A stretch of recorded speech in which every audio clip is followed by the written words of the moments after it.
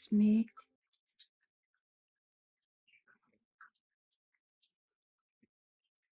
Remember the lady who said she was going to enjoy life? That's what I thought. Before anyone starts worrying, I haven't relapsed. No. As far as I know, I'm physically fine.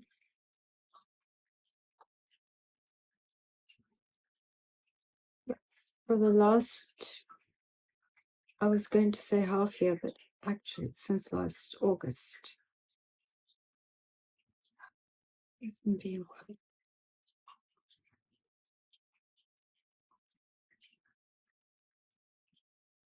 well. At first, we went for walks and bicycle rides, and we enjoyed life, and I enjoyed being retired. And then in August, my cat Timber died. And that precipitated a whole host of emotions I didn't think I had in me. I started to feel irritated and angry and sad.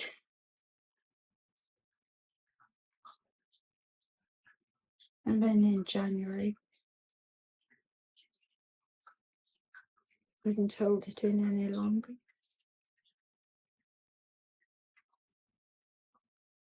One evening,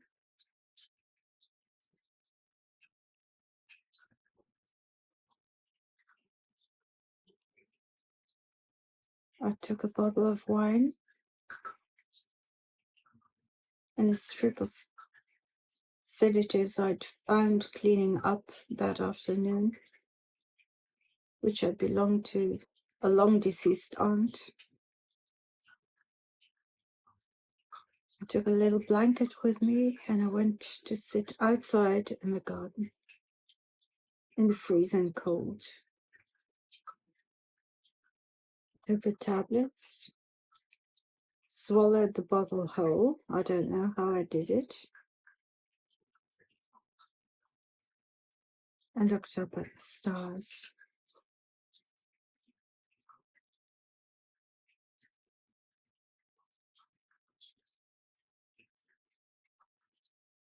And then I started thinking, what am I doing? I can't do this to my husband. So I went back inside, which wasn't easy because the pills started working. But I got inside and I sat down crying. And my husband heard me. He took me to the hospital. I don't know how I got into the car. I can't remember. I was given something to vomit, but I don't remember that either. And the next morning I woke up and I thought, what on earth have I done? Why? I was doing so well.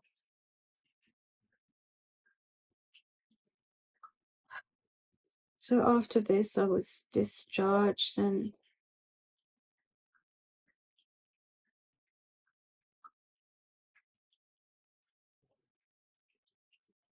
I got some help from a crisis team, and they told me to make an appointment with a psychologist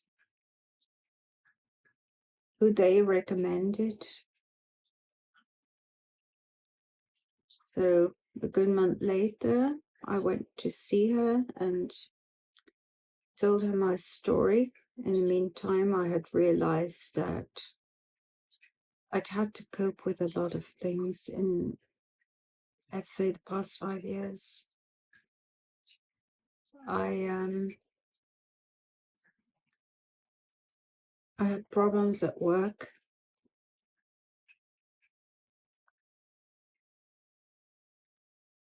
I was tired all the time. My husband nearly died. I had cancer,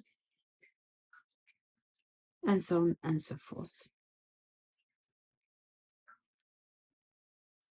The second meeting with psychologist, I told her that one of the things I was struggling with was reliving my surgery. If you haven't followed me before, or if you don't remember, I was supposed to have keyhole surgery, just laparoscopy, just to look and determine what kind of tumor it was. I was supposed to have major surgery afterwards, but I had a bleed. And so I had the full surgery right away. The hospital staff couldn't find me a bed because it was full on COVID. At the time, I couldn't have cared less, but it's made me realize that the room where I did end up, the nurses there weren't used to dealing with patients coming straight out of major surgery. And the first morning, I nearly fainted, which I've never done in my whole life.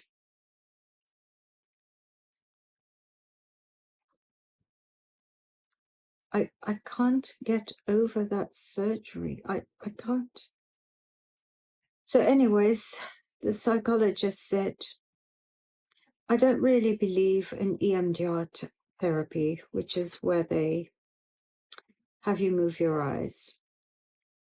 5 minutes later, into the conversation, she tells me, well, you'd better go and look for an EMDR psychologist.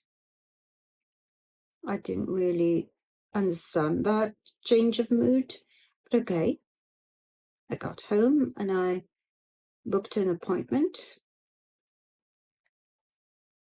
It's very, very, very hard to get appointments with psychologists. Okay. So it was going to take about a month. Meanwhile, I was supposed to see a psychologist again. She canceled the appointment because one of her kids was ill. And to be honest, I had a cold at the time and I wasn't feeling well myself. So, okay. I saw her a week later. And the first thing she tells me is, I'm very sorry, but I feel like I'm close to a burnout and I'm going to have to cancel our appointments. That was it. You open up to a person, you tell them very personal stuff, and nothing. So I thought, fortunately, I still have the second appointment with the EMDR psychologist. I went to see him a first time, told him my story, which again I could pay for. It took 3 weeks before I could get my next appointment. I was there for an hour and 3/4. He did his thing, not visually, but with sounds, but apparently it was the same. And at the end of the session, he said, well, actually, you're doing really fine. You're okay. You're fine. You don't need to come and see me again. What? I didn't get it. And I told him. But no, he said, you're fine. And if you want, you can always make a next appointment. Which made me think, and when is that going to happen? In another 2 months? I wasn't happy. And I thought, this can't be true. This isn't real. For the first couple of weeks, I was doing fine. I was feeling fine. But then last week, I had another flashback of the surgery. And a couple of days later, I went for a frenzied walk, which is a telltale sign I'm not doing well. And then on Sunday, last Sunday, on Mother's Day, which is a hard time for me, I'm not a mother. When I was younger, I always thought, oh, kittens are nice, puppies, lovely. Babies, no. They pee and they poo. But the thing is, even though I never wanted children actively, I was nearly 40 when I met my husband, and he was the first man I met I would have considered having children with. And before I could make up my mind, he said, oh, we're not going to start having babies, because he had grown-up children already. And I just kept quiet and didn't say anything. So I never got to make up my mind. And when I first met the gynecologist, one of his questions was, are you consciously childless? That hurt. That really hurt. I'm not consciously childless. I never got to make that choice. I understood what he meant. He meant, is there a medical reason why you're childless? As far as I know, there wasn't. Anyway, that was between brackets. Last Sunday on Mother's Day,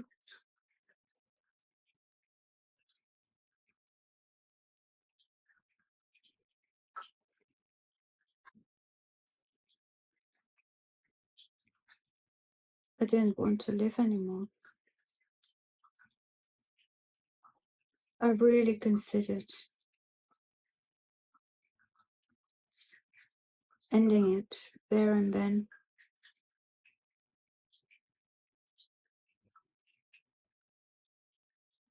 And as I no longer had any tablets or whatever, the method would have been much harsher and more definitive. And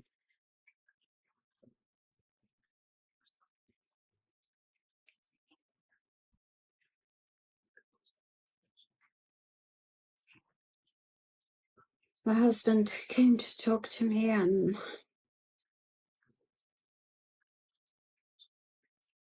meanwhile I'm better. Until we actually had a good talk this afternoon, my husband and me. I'm very, very grateful for him and his support. And I told him so. Tonight, I got a message back from the second psychologist. I had sent him a message telling that his behavior caused me harm. You know what he said? Not, I'm sorry that you feel this way. No. He was almost incriminating and saying, yeah, but we agreed that you could call me back when things didn't go well.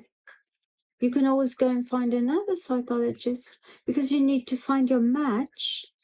So apparently, he thinks I'm not a good match. That really made me angry. It did.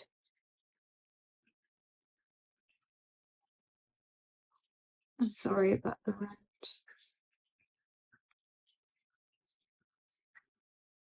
I've been considering vlogging off and on for the last year or so.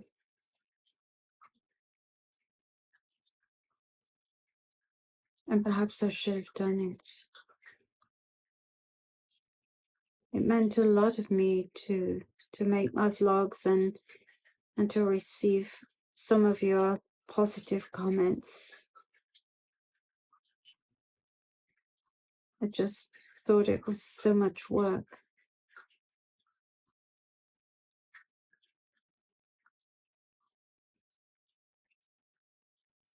I hope you guys are doing well and in a better place than I'm at.